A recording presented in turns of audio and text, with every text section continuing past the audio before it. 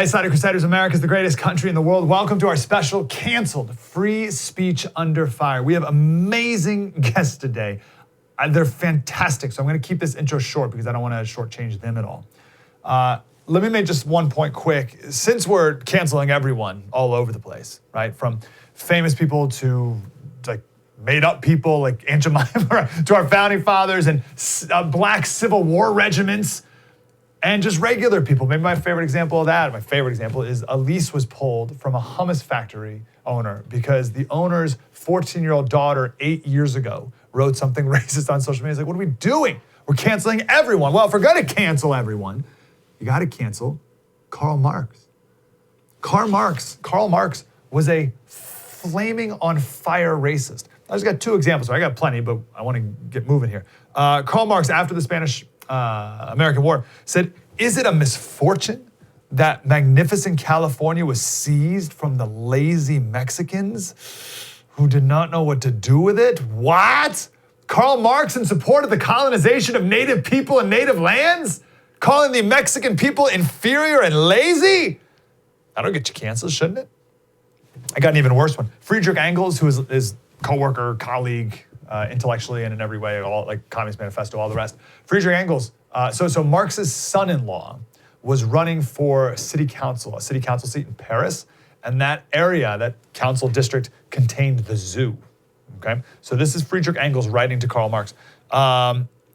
This guy had 1/8 or 1/12 N-word blood, being in the quality as a N-word, a degree nearer to the rest of the animal kingdom than the rest of us.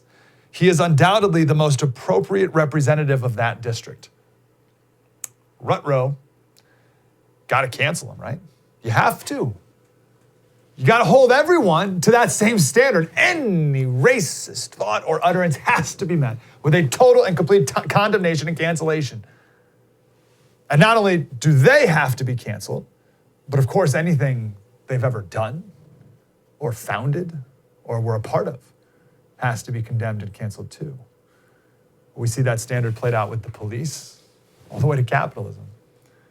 And if you're gonna play that game, I'll play. Gotta cancel Marxism too.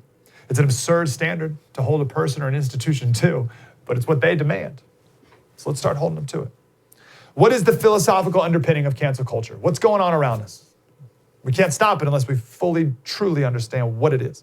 Amazing guests. Rob Henderson from Cambridge, Professor Tosi, who's a new book called Grandstanding, and then James Lindsay from newdiscourses.com. The philosophical root of cancel culture. Coming up next. True story, Mike Slater, spread the word.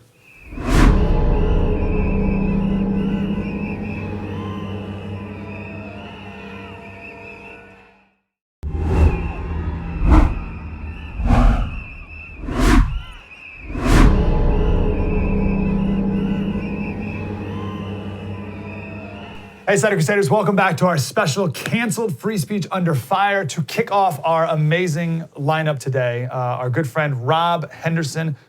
Please, I beg of you, sign up for Rob's newsletter. You can do that on his Twitter page, Rob K. Henderson. His Twitter has become one of the Twitter pages that I just go to specifically. Right? I don't wait for the algorithm to give me his wisdom. I go seek it out. Rob, super grateful you're here, man. How are you? Hey, good, Mike. Thanks for having me. You've also introduced me to this word atavism, which I've never heard before. I'll start off with that humble acknowledgement. A tendency to revert to something ancient or ancestral. I think it's important to know that this is nothing new, this cancel culture we're in, right? Can you speak to that? Yeah, it's funny you say that, by the way. I talked to Glenn Beck about this, and he said also, the first time I heard this word, atavism. I think it's an interesting way to put it, in my opinion, because basically the phenomenon, the sort of mechanisms underpinning cancel culture, I think these are sort of the same mechanisms that underpin a lot of human history, right? Like we've seen witch hunts, we've seen targeted attacks all throughout sort of modern history, recent history. But even when you look at the sort of anthropological record, if you look at the way that hunter-gatherers and foraging communities treat outcasts or people who have violated some kind of moral custom in the tribe, they get ostracized, they get excluded, sometimes they just get banned altogether, they desert these people.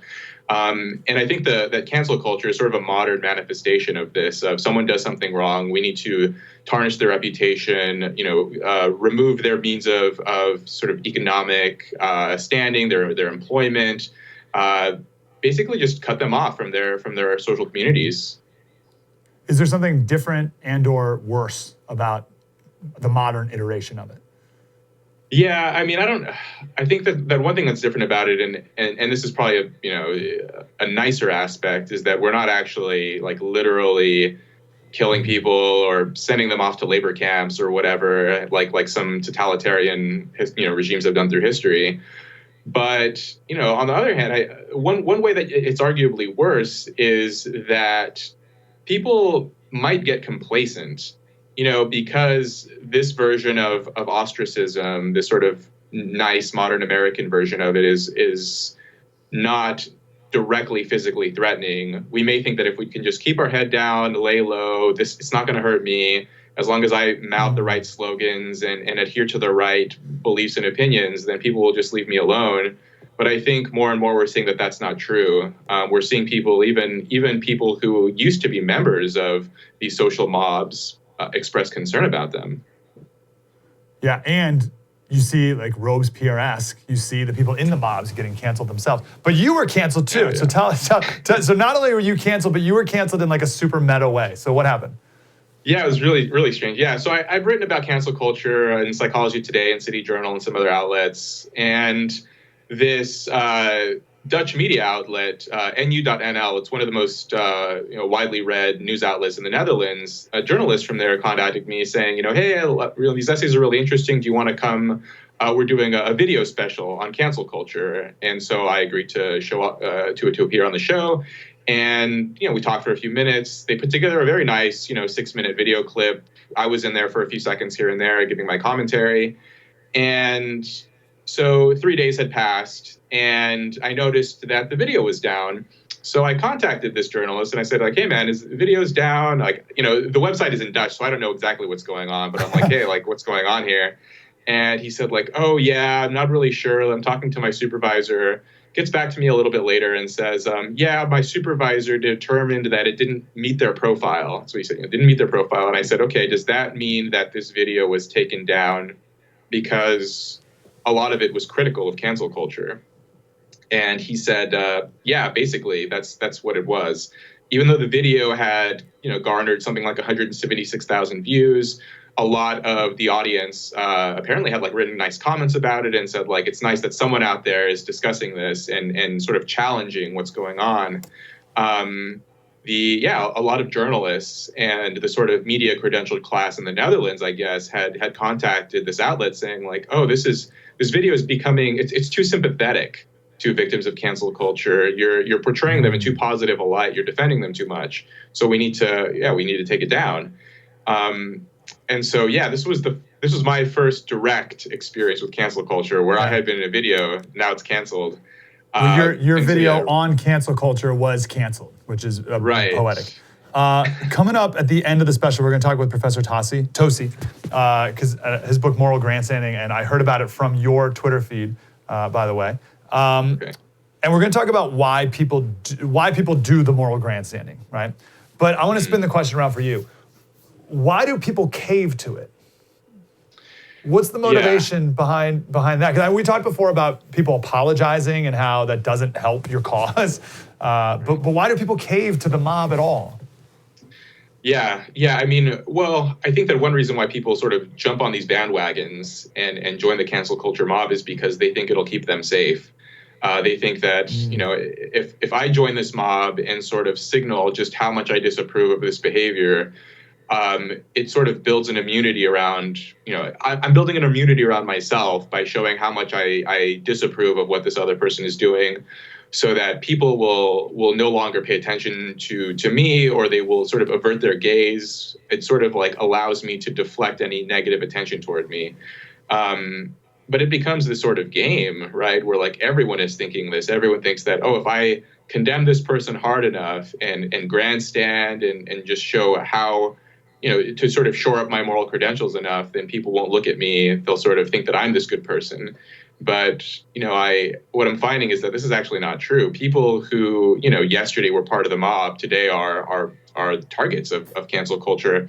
I put out this tweet actually just a few days ago, and it was something like, a lot of people, when they try to do the right thing and live a good life, they think that they're sort of building up this reputational capital of like they're sort of building themselves up, putting deposits into their moral piggy bank. And, in case there's a rainy day, right? In case there's an emergency, one day maybe you slip up, say something wrong, you can look into your piggy bank and, sort of say like, okay, I have these emergency funds. I'm actually a good person. I had a slip up, but that's actually not happening. They go to their piggy bank and it's empty, right? Like you didn't build up any reputational capital. You can be a very good person, but post the wrong tweet one day and you're canceled. Yeah, and I think my example of that is Beyonce took some heat because she made a video where she culturally appropriated African culture or something. You're like, whoa, like Beyonce could get canceled. Like if she gets canceled, I mean, what are we doing? Talk to me about the elite's role in all this, because I know you focus a lot on that because you have such an amazing perspective there, having been on both sides of the tracks, if you will. So what's their role here? Yeah, I mean, it's very clear especially if you have friends that are in multiple different social classes in the US. I mean, I have friends back home, working class guys, didn't go to college. I mean, this just isn't a part of their reality, right? Like if you're a blue collar person, you don't have to worry about cancel culture. You don't have to worry about a Twitter mob coming after you, calling up your employer and so on. Although we are seeing some signs of this now. I just saw this video of like some guy at Home Depot or something like said something wrong and his video went viral. So things are changing, but at the moment, they're less at risk. And I think this is very much an elite phenomenon. One way to view this, I think, is through the lens of sort of intra-elite competition. So this is a competition among elites. So a mistake that a lot of people make is to view the elites as just like one solid block of people who are looking out for each other, who care about each other, and who are together collectively just trying to, oppress or pin down the working person. But actually, a lot of elites don't like each other, and they're constantly trying to undercut each other. If you think about the number of limited white-collar professional positions that are available in universities. I mean, to become a tenured professor is basically impossible today.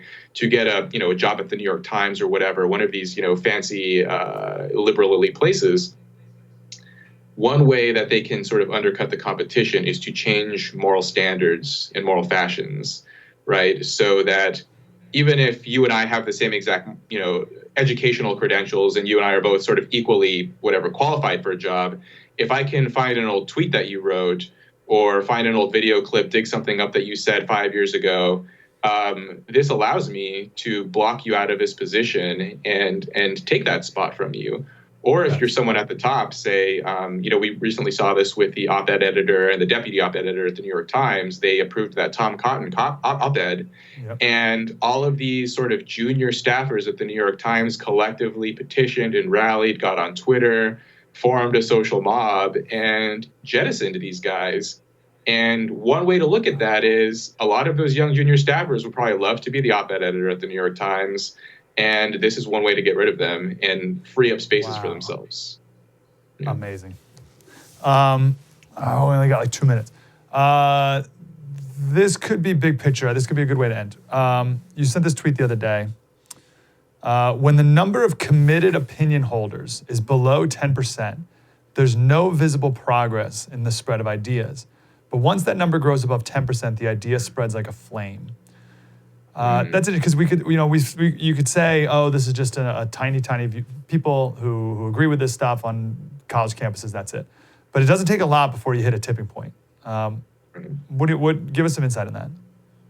Right. Yeah. So that was a study that I cited in an article I wrote in Quillette, which basically was a finding from the Rensselaer Polytechnic Institute. They did some mathematical modeling, looked at some real life examples, and basically found that an opinion needs to be held by 10% of the population in order for it to have some staying power, for it to spread around. If it's below that, it can be hard for the opinion to catch on. But once it reaches that 10% tipping point, then it will suddenly spread throughout the population. And so you can almost think of it maybe even like a virus or something like that, right? Like Yeah. if a small number of people have it, it's going to stay isolated. Once it grows, it spreads even faster. And so I think this is basically what has happened. I mean, if you look at even 5 years ago, the cancel culture mob, the social media mob, the wokeness brigade, they had a little bit of power, but it was pretty much isolated on elite college campuses and certain sections of the media. But now we're seeing it. I mean, 5 years later, it took a little time for them to sort of grow and spread. But I would say it's probably possible that 10% of Americans are at least sympathetic to the cancel culture movement. Now, even though they're a minority, right, I still think most Americans don't like it. But once it hits that 10% point, they have a lot of power to sort of impose these ideas on the rest of us. Yeah, it's important to realize it doesn't require 60% of people to believe it. There was Seth Mandel, he made a tweet, he said, we need to quarantine everyone who's read White Fragility for 2 weeks to stop its spread. Just on your point of it being like a virus. Last point, we got about 30 seconds. The challenge is to articulate why this cancel culture is a problem for America and for our future in 30 seconds or less. What do you got? Yeah, I mean, this is going to continue to spread, right? Like if you value your employment, your social relationships, your reputation, I mean, like I said, like even people who aren't a part of this whole like Twitter outrage, machine, I saw a guy, someone filmed a guy at Home Depot. I don't know, he was wearing some shirt or something that people didn't like. That video went viral. Someone dug up his LinkedIn account. Like, yeah, this stuff is getting out of hand, right? And so if you value your position in society and you want to have a job, then we should all start pushing back against this, because it will just continue to hurt more and more of us. And we're already seeing it transform the culture in ways that we don't like. So we need to stop it. More people need to speak out. And if you value a true marketplace of ideas, this has got to stop too, these people. Rob K. Henderson on Twitter, you must follow, and then please sign up for his newsletter as well. It's brilliant and genius and amazing, and I'm so grateful. Rob K. Henderson on the Twitter. Thanks, Rob. Appreciate you, bro. All right. Thanks, Mike. Have a great day. Canceled, Yeah, free too. speech under fire. More coming. We're going to talk to James Lindsay coming up next from newdiscourses.com. Spread the word.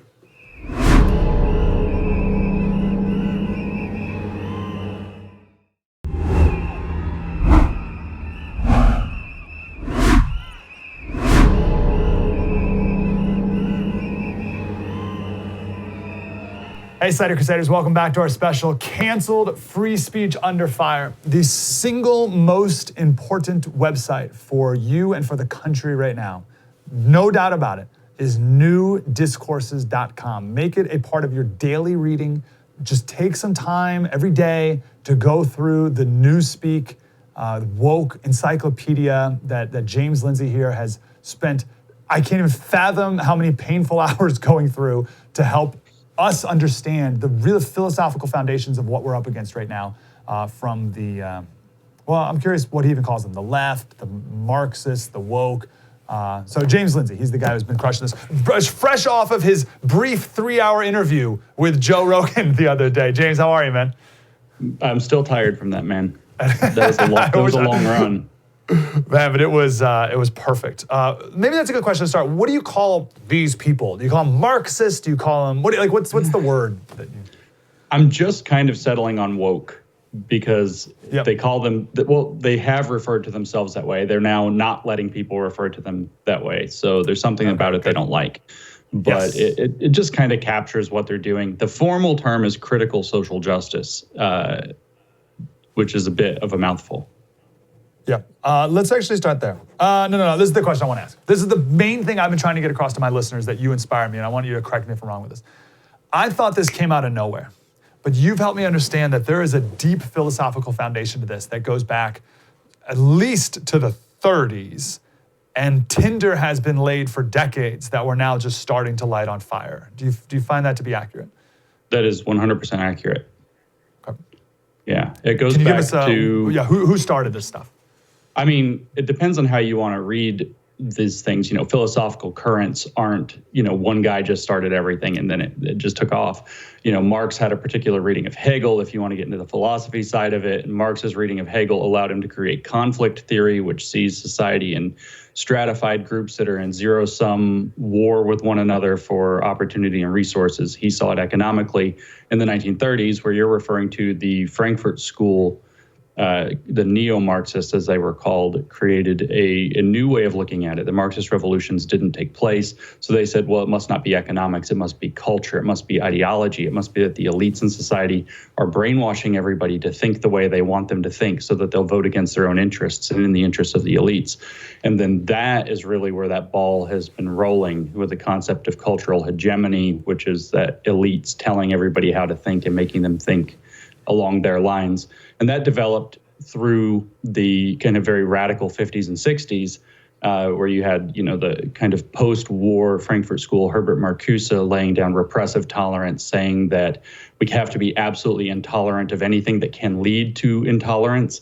But then he also says that in the post-fascist world, we're always in the emergence of fascism. So we have to act as though fascism is around every corner, so everything's an emergency. And he says that revolutionary violence is justifiable. In fact, he says violence is always unethical, but there's a difference between reactionary and revolutionary violence. And when have ethics ever mattered in the making of history? And so right after he wrote that in 1965, what did we end up with? Race riots across the country in 1967 and 1968. So that went underground, whether underground actually, but that went underground for a couple of decades, mostly went into the academy, following what Antonio Gramsci laid out as the so-called long march through the institutions. And our universities have basically been slowly turning into think tanks that develop and teach this ideology to our young people. And it's in the 1990s, it fused with postmodern theory so that truth no longer matters. And it became this very complicated thing that sees systemic injustice everywhere. It's perpetuated in the uses of language and the way people think and what we consider to be fact and fiction. It's really taken away our ability to fight against it, because if truth doesn't matter, how on earth are you supposed to, defer to the truth in order to overcome what they're saying? I know for a lot of people who are new to this, their head's spinning at all this stuff. And I know your head's been spinning for like a year or however long you've been diving into all this. But that's why, again, why I want to send everyone to newdiscourses.com and just click on the encyclopedia link. And the definition, using their own words, is right there for everyone. Yep. We mentioned the word critical earlier. Mm-hmm. All this woke speak is full of stuff that's not what we think it is. So that's right. When I hear critical, I think like critical thinking or something. So what is critical theory? What does the word critical mean in their context? Yeah, that's funny. Like so many of their terms are spins, like weird political spins on everyday words. So you got critical in the day and age we're in now. You have anti-racist, diversity, equity, inclusion. They all mean things that are different from what people think they mean. Social justice even. So when we say critical social justice, it means something very specific and that they've twisted. So critical does not mean critical thinking. It means critical in the sense of this is a little bit complicated. The neo-Marxists had a view that society should be ordered a particular way that would create something like a Marxist revolution. And anything that doesn't facilitate that is problematic and needs to be criticized. As Marx put it, ruthless criticism of everything that exists. So critical means not living up to the neo-Marxist vision of how society should be. The critical approach is to find the problems according to that worldview not coming to fruition, point them out and make them visible. That's the phrase, make oppression visible, and to essentially complain. It's a cynical form of complaining where you distort reality entirely, distort the meaning or the intentions, or say intentions don't matter, so that you can complain about something. The best kind of contemporary example is this thing about the master bedroom, where we now have seen on CNN that realty groups are avoiding the term master bedroom because of its obvious implications that master must mean slavery, but the term originated in 1926 in a Sears catalog, which would have not had anything to do with slavery at all. But that doesn't matter, because the criticism is that, well, it makes people feel as though slavery is relevant. And so it's this kind of uninformed complaining that's designed just to make people dislike the society that they live in and the foundations upon which it's built. It does not mean to be skeptical in a reasonable way, ask for more evidence, ask for better reasoned arguments. Those things, in fact, are also criticized by the critical method as pieces of the master's tools that built the master's house, which is the white supremacist society that they say we all live in. I wanted to ask you about master's tools because I heard you talk about that on Rogan the other day. That's such an Yeah. amazing term. But and you kind of answered this, but as you were talking, I'm thinking, okay, but what about like the Thomas Jefferson quote? It's question with boldness even the existence of a God, because if there be one, he must more approve of the homage of reason than that of blindfolded fear. Like, I think that's a great conservative, if you will, principle, or just a good principle of life, is to question everything. So what's the difference between just a good, genuine questioning of the things around us versus their critical? You sort of answered it, but... Right. I mean, if you want to dive in a little deep, we can go back to 1937 with Max Horkheimer, who was one of the founding thinkers of the Frankfurt School of Critical Theory. And he wrote a book called Critical and Traditional Theories in 1937. And he explained that there's a difference between traditional theory, which uses Enlightenment-style criticism, science, reason, philosophy to try to understand how things work. But then critical theory is something else. Critical theory has to have that neo-Marxist normative vision informing it, and then it looks for the ways, it looks to understand the ways that society or a system is not living up to those. And then it advocates, and it must have all three of these, it advocates that you take up social activism on behalf of that normative vision. So you have something considerably different going on there. We should, these critical theorists that we're dealing with now, the woke, didn't invent skepticism. They have this program that should best be called radical skepticism, where they are radically skeptical of everything that doesn't support their narrative. And that's not really how real skepticism works. Real skepticism is better argument, better evidence. And so what we face here is people who are intentionally trying to be so-called morally right according to their particular vision of the world, which is the critical, i.e. neo-Marxist vision of the world, where liberation from oppression, as they phrase it, is the singular goal of everything. I even saw somebody on Twitter earlier today saying, the thing in religion, it says, that's a pun with N-O and then K-N-O-W. It says, no Jesus, no peace, no Jesus, no peace. And they've changed it to no justice, no peace, no justice, no peace. And it's like, what's going on here? You can see that moral vision that itself needs to be truly critically examined rather than sloppily critically examined in terms of this liberation business. There's so many ways we can go here. Let me actually ask about justice, because that's a word that definitely has been perverted and the meaning changed. Right. I mean, it's one of the cardinal virtues, right? So what is the postmodern philosophical definition, the woke definition of justice? 2 points to hit. One is that it is liberation from oppression equals justice. So the oppression is defined as systemic oppression, which means the entire existing system, which actually means Enlightenment liberalism is the system, is creating a system of oppression for certain groups who have to engage in conflict. So justice means achieving liberation from systemic oppression at all. So that's one thing. The second issue is that justice in the social justice construct is justice for groups. It is not justice for individuals. They say this explicitly in their literature. It is group justice, which is a complete fallacy. It's not even possible to have group justice. It doesn't even make sense to define justice in terms of socially constructed groups. Here's the simple reason why.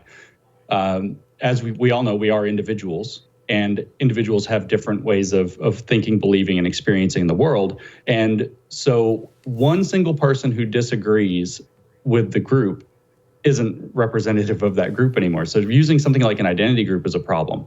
But on the other hand, you can't achieve group justice if everybody in the group has to feel satisfied, because it only takes one person who has upset feelings, or even worse, one grifter who is just manipulating a super gameable system to say, well, I don't feel like justice is achieved yet. So the whole group doesn't have justice yet. So group justice is actually impossible to achieve. Not only is it unjust in the sense of individual justice, but it's impossible to achieve. So it's, in a sense, a recipe to allow for a perpetual ability to apply these power games and continue to seize power. Because of you, I think I'm starting to think a little more like a woke person. So you said a sentence in it earlier. You said something like, well, we all know that we're individuals. So if I was a woke person, I'd be like, whoa, we're not individuals. Exactly. And second of all, how can you even know? How do you know And that's just your white straight maleness talking about how one could even know that we're all individuals. So your entire the foundation of your argument's gone. Yes. Without even addressing anything else you said after it. Correct. Thanks for ruining my brain, James. You screwed me. I'm thinking like these people now. Not like you are though. Like honestly, like this has had to have caused you like physical duress diving into this stuff. Am I exaggerating? No. There are a lot of days where I don't think I'm really well. It's been a lot of this. There's a lot of, it's very difficult to completely uproot your view of the world. And then in my perspective is that I actually have to live in two at the same time. I have to kind of plug into the woke matrix. And at the same time, I have to realize what the, secular liberal society that the rest of us inhabit, what that is, why we should stand up for those principles, and why it's so important to get back to those. So I have to have a foot in both worlds at all times. It's stressful. Plus, wow. I'm undergoing the exact same thing almost everybody else is, which is friends and family essentially, castigating me and throwing me out of their lives and so on. Last question for you, James, because we could talk forever. Maybe just a good wrap up is, why does it matter? I think for a long time we've thought that this stuff would just live in the universities. Mm-hmm. Connect some dots, and you kind of did in your opening statement too about something happened in 1965, and then 2 years later, boom, we got the weather underground, right? So, why does this affect me? Why does this affect my kids and grandkids today and in the next X number of years? Well, if you don't actually know how things work, and all you do is complain, you're not building anything, and you're not building anything that works in particular. And so we do, and I know it's a bit extreme, and I don't want to throw like DEFCON 5 up here, but we do run the risk of civilizational collapse if we are, one, replacing competent people with people whose, I'm not saying, anything about anybody in particular being competent, but their focus is on this diversity, equity, inclusion, justice program that's automatically diverting resources away from making sure that, the air traffic controllers are, if they're focusing on diversity, every minute they spend doing that, they're not focusing on making sure airplanes don't run into each other or that they have safe landings. So stuff actually works. I mean, we saw with the coronavirus where the meatpacking plants ended up getting shut down because of virus outbreaks. And we were literally at risk of our entire food supply chain collapsing. You have to have people who know how things work, running things and focusing on making them work, rather than focusing on this endless, identity-based feelings type argument. No experiment with kind of collective communist style identity or whatever has ever worked. Every single example in history has collapsed and done so catastrophically. And there's every reason to believe that this is just more of the same program. So this is a risky moment. Plus, nobody, I don't think, enjoys having their friends and family throw them out of their lives. Yeah. I know you tweeted the other day, like someone whose wife, called him a racist.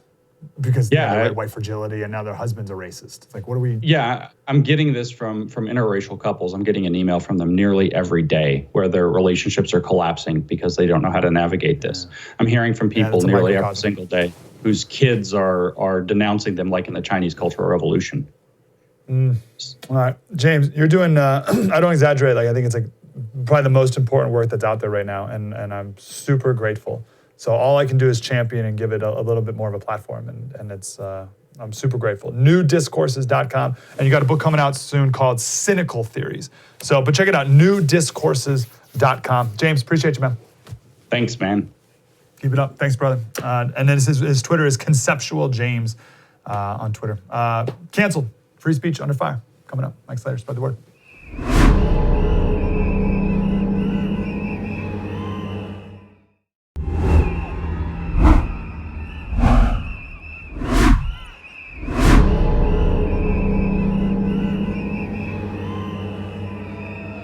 Hey, Slater Crusaders, welcome back to our special Canceled Free Speech Under Fire. This book, I believe, has come out at a perfect time. This can help us understand so much of what's going on today, and not only with others, but with ourselves, certainly, as well. The book is called Grandstanding, The Use and Abuse of Moral Talk. Professor Tosi is assistant professor of philosophy at Texas Tech University. Professor, how are you, brother? I'm great. How are you doing, Mike? Man, really good to talk to you. So much to do here. Let's start with why. I love to get to the root of this. Why do people have this desire to grandstand at all?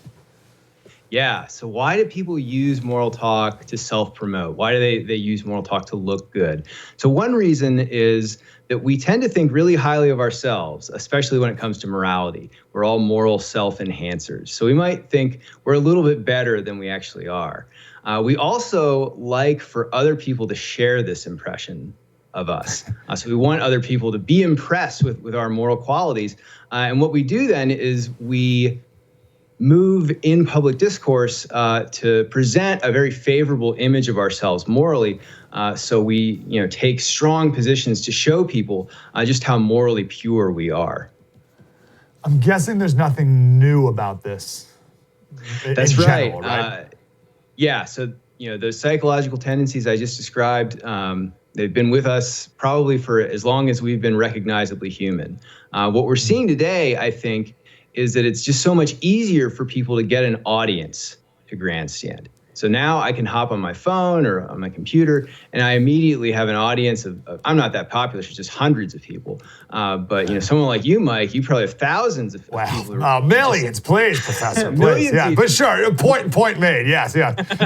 Just dying to tell you how right you are about everything, and how you're going to lead us out of all of the moral turpitude of our time. And people find this infectious, so it's just so easy to do it, and it's hard to avoid because grandstanding saturates so many of our public conversations about morality and politics. Oh, so it's interesting. So I just asked, have we always done this? But was there ever a period where we did the opposite? Where instead of wanting to tell everyone how great we are, was there more of a virtue on how sinful or bad we are? Not bad. Sinful's maybe, you know what I mean? Like broken or something. Has this always been true? That's an interesting question. So we don't have data about sort of long-term trends, of course, about how people have used moral talk. But the things that you point out, it's interesting to think even those could be ways that people grandstand, because what you might be doing when you talk about, I'm so fallen, I'm such a sinner, is that you're so aware of your own imperfection, and maybe that humility too could be an occasion for you to try to stand out as being like especially sensitive to all problems that there are even with yourself. So good, you're right. So I think like maybe say like the medieval church, being a sinner and being aware of your sin was a virtue which would make you more holy. So you go out of your way to show how sinful you are. That's brilliant, Professor. Okay, so that's the why. It totally makes sense. What are ways that people are doing it now? Yeah. So what we found is that people tend to do a list of like 5 things. So one thing that they do is they'll look for shaming pile-ons. And they'll kind of throw in their 2 cents about how bad the behavior of the offender is, and they'll pile on too to show that their heart is in the right place. They'll also make extreme, like increasingly extreme moral claims and engage in a kind of moral arms race to show that they're even more morally pure than the other people in their in-group or their tribe who feel strongly about some moral issue. People will also trump up exotic moral claims. They'll discover new forms of wrongdoing and then accuse people of doing them. And the thought there is, I see, as a grandstander, I see things that other people miss because I'm so morally sensitive. They'll also engage in strong displays of emotion. So they'll take every opportunity to show how morally outraged they are about everything that's wrong in the world. And then finally, grandstanders tend to be dismissive of people who are less certain than they are, who want to see like evidence or really talk about why things are so bad. And they'll say things like, look, if you don't see the problem here, there's no point in even talking to you. You're so corrupt, it's beneath me. And of course, all of these things have problems. These are not the ingredients of a healthy public discourse. So our time is limited here, and so I don't want to waste time asking you for examples of each, because We'll spend more time doing that later because I can think of all those. But that last one I do. That last one's really interesting. What's the motive behind that, and how does that work in practice? Yeah, good. So why do people dismiss dissent? I guess the thinking there is that, look, I'm just so advanced in my development of virtue. I can't even put myself in the position of someone who doesn't understand why this behavior is morally wrong. I mean, I wouldn't even know how to explain to someone so blighted, so in the dark about how morality works, why this is wrong. And so, I couldn't engage. I wouldn't want to waste my time. You need to go and work on yourself. You've got a lot of work to do, Mike. Wow, that's so good. Is there a little bit of use the word blighted? That's so interesting. Is there an element of, if I even touch this person, if I even engage in an interaction with them, then I could become blighted as well? Yeah, so this is one of the things that we see now with cancel culture. Any association with a problematic person is just evidence that you are problematic yourself, right? So yesterday, there was this letter that came out in Harper's, just a very straightforward, affirmation of the value of free speech. And immediately, some of the people who signed it, who are pretty famous and you would think immune from cancel culture, came out and apologized. They said, "Oh, I'm so sorry. I didn't know that this problematic person was going to sign this letter. I'm so sorry. I have so much work to do." So it's, this guilt by association stuff, I think is maybe worse than ever these days. Amazing. Okay, so what is the proper alternative to this, right? And maybe let me ask this first, and then I'll broaden it out. Where can someone, instead of, because all this stuff is externally focused. I'm going to do these things so I get external praise. Where is a proper place for self-reflection in the midst of our moral grandstanding world? What's a proper way to do this? Right? I mean, Yeah. So how can you avoid it yourself? So it's hard. I mean, look, I always tell people, it's not as if, you learn about what's going on here. You learn about these psychological tendencies we have, and then we're immune. I think I still grandstand. It's just part of what makes us human, unfortunately. But I think there's some hope for cutting down on your own contribution to this problem. So what you can do, I think, is when you're about to contribute to some moral discussion, you're about to post, or you're about to speak in public, ask yourself, am I trying to do good, or am I trying to just look good? So if I said this and nobody liked it, nobody thought any better of me, would I be disappointed? Or would I think, well, you know what, it wasn't for me anyway? And if you find on honest reflection that what you're after is recognition from other people, is a gain in status, then maybe you ought to sit this one out, right? Because maybe you're just going to grandstand.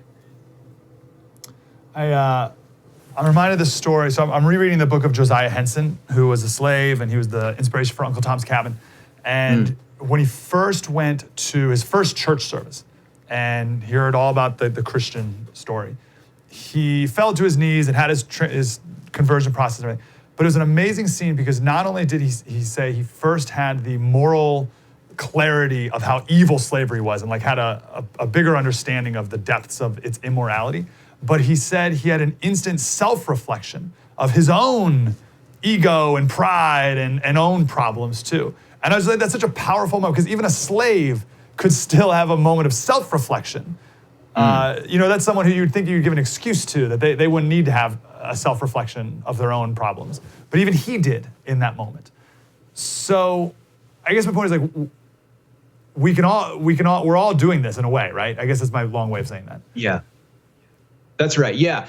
And it's so important, I think, and it doesn't really come naturally to us. And it's maybe even worse because of the way the culture is now, that everything is sort of pointing toward seeking status. All the incentives are to impress people. Otherwise, you just sort of get lost in the shuffle. But I think it's really important, as you say, for all of us to take a step back and accept a little humility about what's really important in the world and what we can do about it, and what our interests have to do with it, which is, they're not really the issue when people are are engaged in moral discussion. It's not about me. It's about helping other people. And that's what we should be doing with our moral talk. That would be a good place to end, but I got to ask you one more question. You have a chapter here, would a virtuous person grandstand? I've been saying this line, and I don't know if it's true. I don't know if it's right. That it's definitely not right. Talk me through this. People who are actually solving problems are not marching and rioting because they're busy actually solving the problems.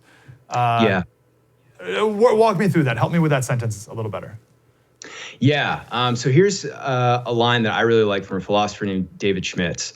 If what you're trying to do is show that your heart is in the right place, your heart's not in the right place. There you go. So often there's a conflict between actually getting things done, actually proposing a social change that will help, and proposing a social change that will get people talking about you. And what we really want with this book is for people to see that the former is the goal. Actually helping people is the goal, not helping yourself. So good. Professor Tosi, philosophy, Texas Tech University. I got to go. Professor, can we come back another day and can we just talk philosophy for a while? I want to talk more about your book, obviously, but can we just talk big picture philosophy and where we are today? Yeah, man, I'd love to. Thanks so much for having me on. No, it's my pleasure. So go buy the book. It's $10 on Kindle. What are you doing? Just do this right now. Grandstanding, the use and abuse of moral talk. And I reckon you'll see it everywhere once you understand what it really is. Justin Tosi, appreciate you, Professor. Thank you, Mike. Great stuff, man. Canceled. Free speech under fire. That's our special. 3 unbelievable guests. You kidding me? We'll do it again on Monday. Spread the word.